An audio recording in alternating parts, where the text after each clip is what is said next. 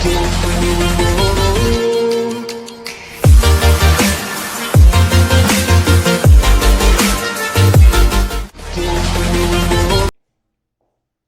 बच्चों, आज हम भक्ति काल के एक पुरोधा कवि और क्रांतिकारी विचारक, समाज सुधारक कबीर के बारे में चर्चा करेंगे। नाम तो आपने सबने सुना होगा, सब परिचित होंगे। आप पिछली जो क्लासेज हैं उनमें भी कबीर के पद और रैमेनी को पढ़ा होगा। लेकिन कबीर का जो एक पक्ष है, साहित्यिक पक्ष, वो मैं आपको बताता हूं। देखिए, कबीर ने कभी भी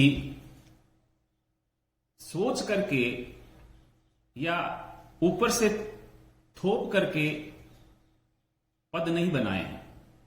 उन्होंने क्या किया है कि जो भी उनके मन में आया, जो भी उनको लगा, उनको महसूस हुआ, वो उन्होंने वहीं की वहीं काव्य के रूप में बोल दिया और उनके शिष्यों ने उनको लिपिबद्ध कर दिया। कबीर घुमक्कड़ थे,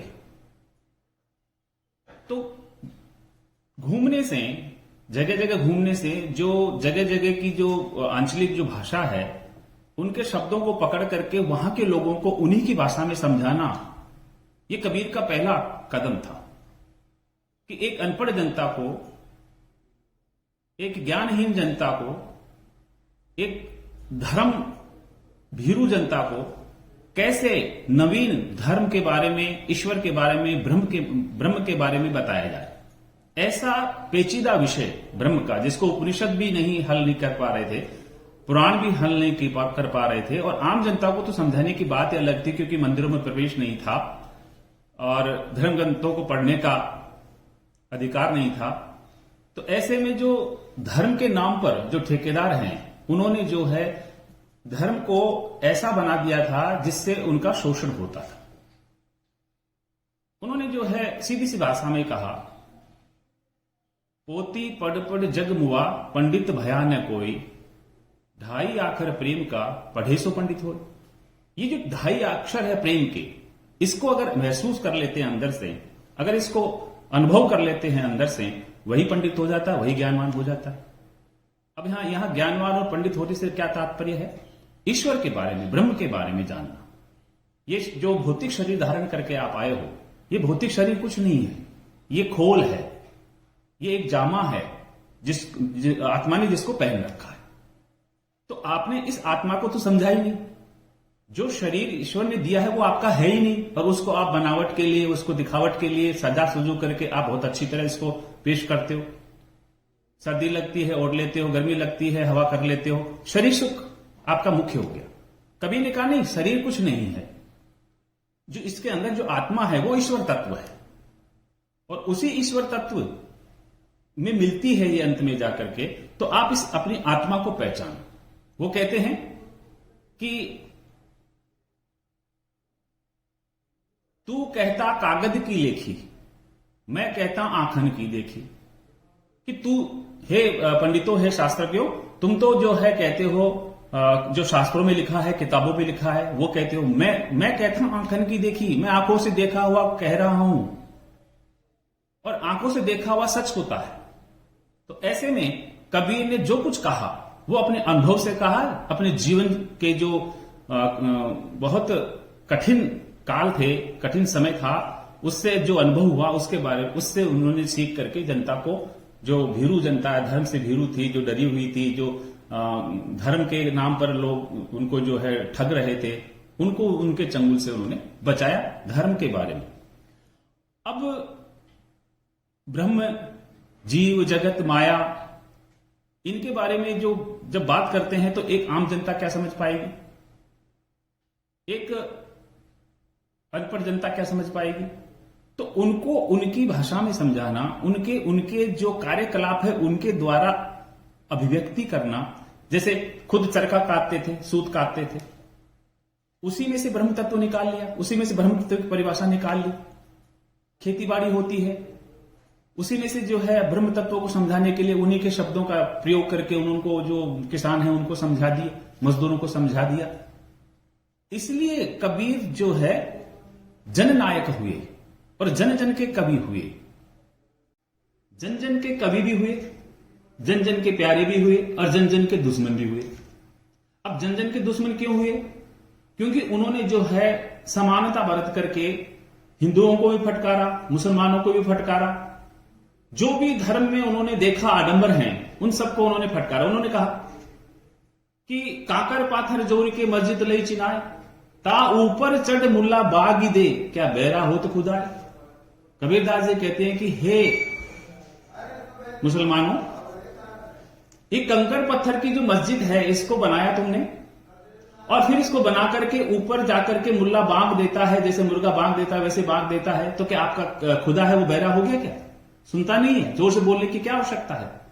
ये जो आडंबर हैं इनके बारे में जो है सीधी सपाट भाषा में कहा। इसलिए जो है शासन के विरोध भी, शासन के भी दुश्मन हो गए और जो मठाधीश थे उनके भी दुश्मन हो गए। खूब पिटाई की, बांध करके कोड़े मारे थे, सब कुछ हुए, लेकिन फिर भी कबीर जो है अपने रास्ते से हटे नहीं है, क्योंकि वो सच्चे थे। तो उन्होंने जो है इस तरह से जो हिंदुओं को फटकारा। क्या फटकारा हिंदुओं को? देखिए, ताते तो चाकी भली फीस का संसार। तो इससे पहले का जो है वो है पाहन पूजे हरि मिले तो मैं पूजू पहाड़। अगर पत्थर को पूजने से ईश्वर की प्राप्ति होती है तो एक छोटे से पत्थरों को क्यों पूजते हो? पहाड़ को ही पूज लो, ज्यादा देगा। ताते तो चाकी भली पीस का संसार। अरे मूर्खों, इससे तो चक्की होती है पत्थर की, उसकी पूजा करो ना, कर्म की पूजा करो ना, जिससे पीस करके सारा संसार अपना पेट भरता है। तो इधर कौन नाराज हो गए? हिंदू धर्मावलंबी। और उधर कौन नाराज हो गए? मुल्ला। अब कबीर को जगह कहां? कबीर क्या थे? जुलाहे थे। तो वो ये क्या करते थे, जो कपड़े बुनने का काम करते थे तो अपने कंधे पर जो है कपड़े की गांठ लेकर चले जाते थे, और चौपड़ होता था किसी गांव का, किसी ढाणी का, किसी गांव के आसपास का कोई भी समुदाय था, उसमें जाकर के अपनी गांठ रख देते थे और शुरू हो जाते थे। अब इनको बेचने तो भेजा था घर से, क्या? कपड़ा बेचने। और वहां जाकर के क्या करते हैं? ये उपदेश देना शुरू कर देते हैं, लोगों को ज्ञान देना शुरू कर देते हैं, लोगों को जो है ईश्वर के बारे में, धर्म के बारे में, लोगों को जो ज्ञान चक्षु उनको खोलने के बारे में चर्चा करने लग जाते थे। और इनका जो गट्ठर था वो पड़ा रहता था, शाम को वैसे उठा करके घर आ जाते थे। तो इनकी जो पत्नी नीमा थी इनको बहुत डांटती थी कि तुम जाते हो, करते क्या हो? घर गृहस्थी है, बच्चे भूखे मरेंगे, आप काम क्यों नहीं करते हैं?